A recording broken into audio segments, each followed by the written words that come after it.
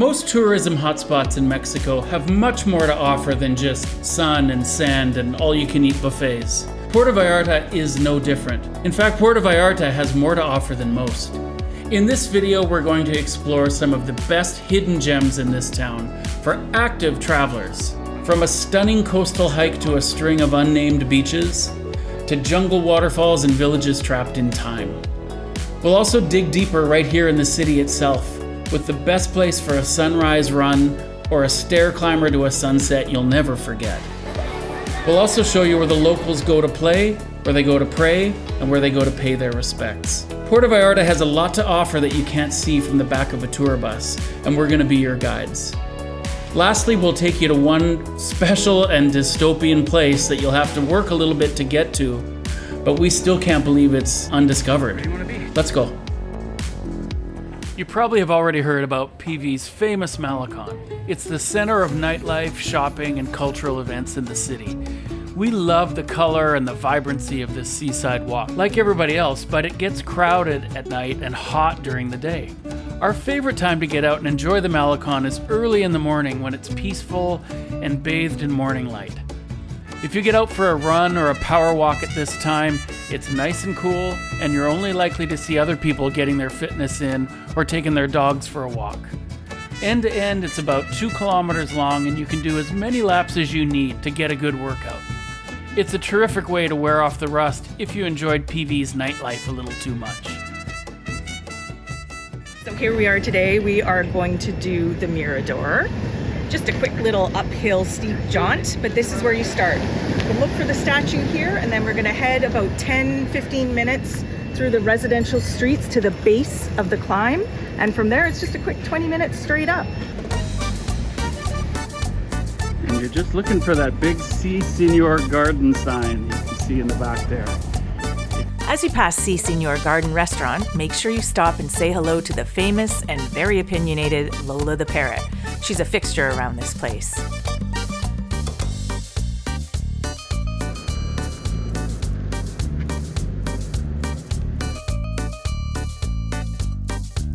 There used to be a funicular that ran right down the middle, and you can see the tracks are still there, and the cart is still precariously tied to the very top of the track.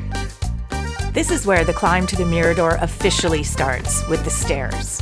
If you really want to get a good workout in the morning, you'll go up and down these stairs many times. But no matter how fit you are, everybody is greeted with the same awesome view at the end of it. Especially at sunset, watching the sun go down right over the water. For us, this is a must-do for any active traveler. Good morning from Puerto Vallarta. We are on our way to do a wonderful hike we've been talking about doing for years that goes to a beach called Las Animas. The hike to Las Animas is one of our favorite activities in and around Puerto Vallarta and should be on any active traveler's itinerary. This jungle trail perfectly exemplifies the saying, "It's the journey, not the destination." Along this trail, you'll find scenes you thought only existed on Instagram, passing through dense tropical jungle, exclusive beachside retreats, and bright white sandy beaches not accessible by road. After a bus or an Uber ride to a town called Boca de Tomatlan, you have about a 2-hour hike, depending on how much you stop and enjoy the scenery. We'd recommend bringing sturdy footwear that you can easily slip on and off as you make your way from trail to beach to trail to beach. This is a great way to spend about a half a day in Puerto Vallarta, and you can easily take the water taxi back to where you started. Did you see that little... Pretty fancy, babe. Right? Yeah, pretty fancy. Don't get cocky. We got a stair over here. We made it. 1 hour, 50 minutes. It was a little bit hairy. Actually, it was a little bit more hike than we expected it to be. But fun.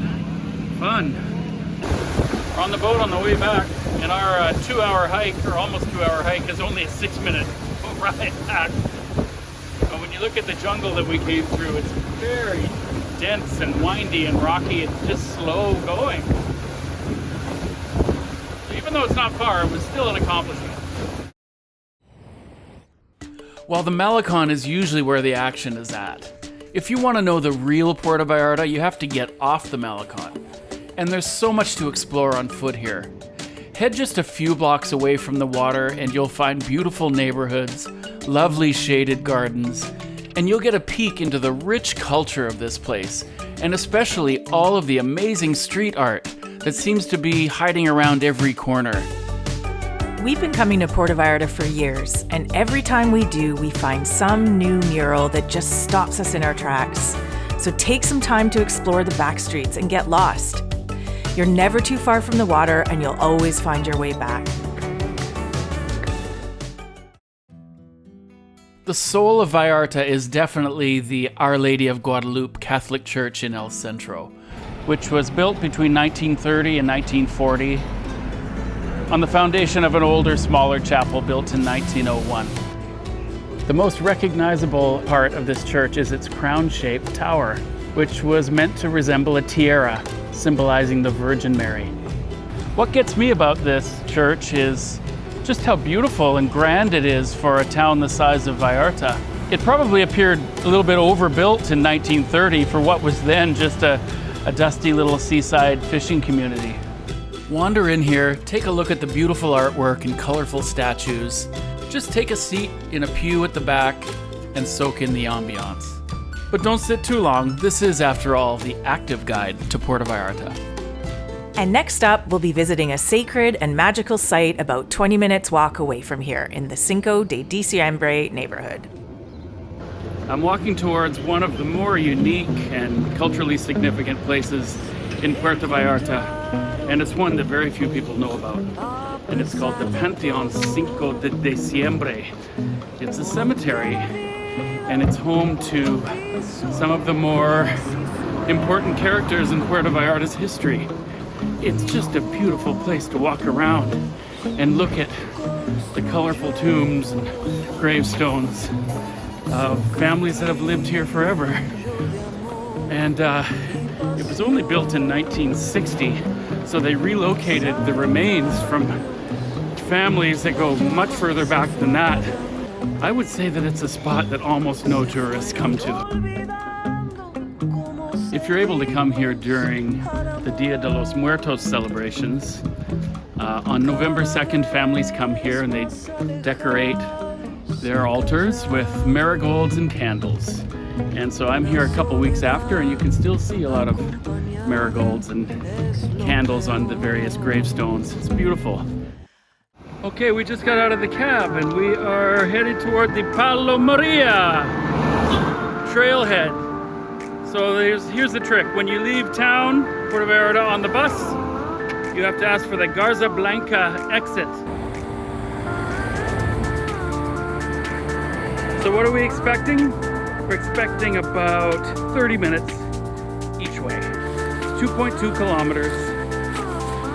10 minutes in and it starts to resemble more of a trail. Before you're just jumping from stone to stone in the river, trying to find a safe place to put your foot. My wife is traveling at a pace that says, let's get this over with and let's get back to the pool.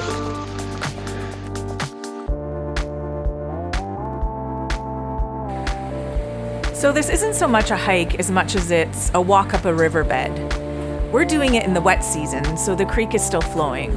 So often we're in the water up to our knees, or we're jumping from stone to stone, or occasionally you're on the bank of the river walking up what's sort of like a trail.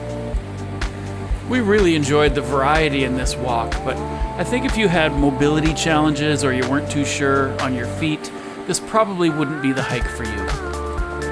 In no time, you're at the main waterfall where people love to just swim around in the cool waters or jump off the rocks to impress your friends. So this is the second waterfall, that one. But there is supposedly a third waterfall that I actually don't know how you'd get to because this canyon is so tight. There must be a trail that goes up along there. That is very high.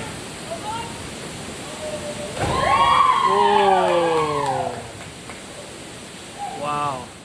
Well, good morning from the Zona Romantica. We're on our way to somewhere that we actually never thought we'd go. which is the Vallarta Botanical Gardens. We don't really see ourselves as Botanical Gardens people, but everyone that we talk to raves about this place, so I feel like we have to check it out. Gotta do it. It's supposed to be spectacular. Apparently known for orchids and magnolias, and there's hiking trails all in there. So why not? We thought we'd check it out. Founded in 2004 and over 60 acres. So this should be fun and active, and we like active. Sounds so beautiful. Here we go. Fits the theme, doesn't it? Okay, after about a 30-minute Uber ride, we've arrived at the Botanical Gardens. Bought our tickets, 300 pesos each. And we just are, we're taking their advice and we're buying some bug spray. Did you get some? Because one of us is much more attractive to bugs than others. I'm the yummy one. She's the yummy one, because she's sweet, and I'm bitter. Hello this morning. Tell me everything you know about orchids, and then we'll compare with after and see how much more you know. So quickly, everything you know about orchids. They're impossible to keep alive. That's it. That's all I know. That's my relationship with orchids. Yeah, they live for about 36 hours. Yeah. Yeah.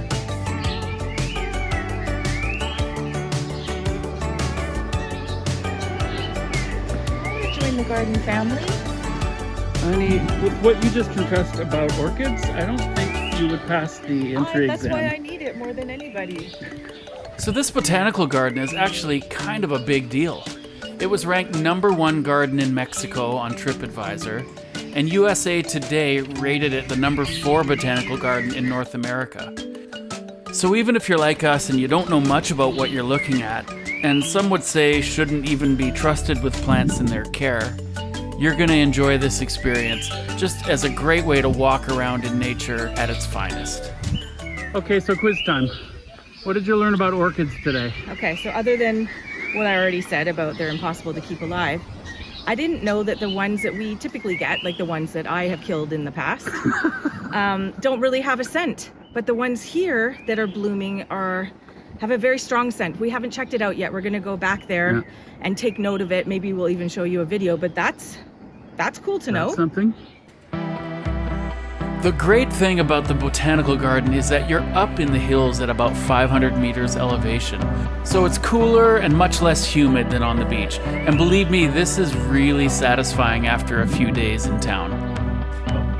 Maybe the very best day trip from Puerto Vallarta is taking the water taxi to the sweet little town of Yelapa. This charming and gorgeous little beach town can only be reached by water. So you can either pick up the water taxi right at the pier in Puerto Vallarta, or you can take a quick bus back to Boca de Tomatlan and take the water taxi from there. Yelapa has a lot going for it, with one of the very best beaches around, lined with bars and restaurants, as well as a sweet little town unspoiled by tourism or vehicle traffic. In fact, this is a protected town and only Mexican nationals are allowed to own property here, and so it retains that real authentic small town character. And then the last appeal to Yelapa is its wonderful waterfall.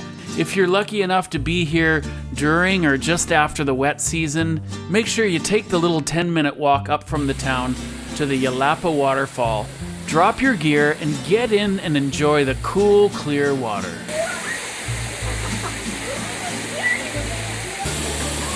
Beautiful. We're at Juanitos in Yelapa, and we just went up to the waterfall in the town. Gorgeous waterfall. And now we're sitting on the beach having a piña colada and a classic margarita, and weighing our options.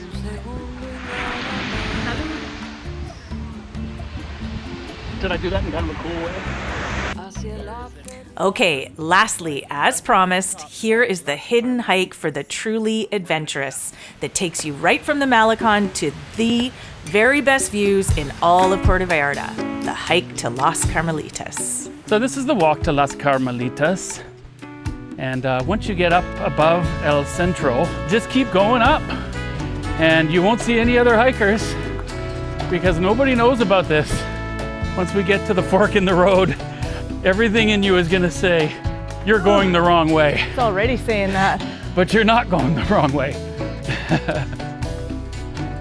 So you can see at the top of Lirio, there's a gate on the right, and it usually looks closed. And it also used to have a sign that says, "Trespassers prohibited," right next to the sign that says, "Welcome, come on in." I didn't notice that sign now. I think they've gotten wise to the conflict that they were creating. How are those glutes? Burning! You really do feel like you're in the jungle, though, like you're on the set of MASH. Once you get out of the edge of town, this hike is really a long walk up a very steep and little used road to a restaurant and bar that somehow miraculously stays in business. But remember to bring some cash with you so you can be one of 2 or 3 customers that day that enjoyed a cerveza at the top. Nothing welcoming about the road up to this place.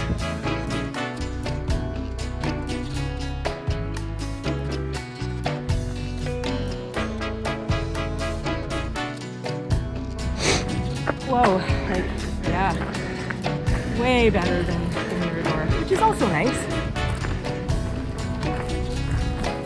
What could you do with this Oh. place? You know it. If you had like $500,000 or $1 million, hey amigo. All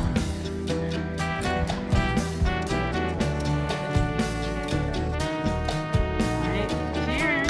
Good job, babe. That's Carmelitas.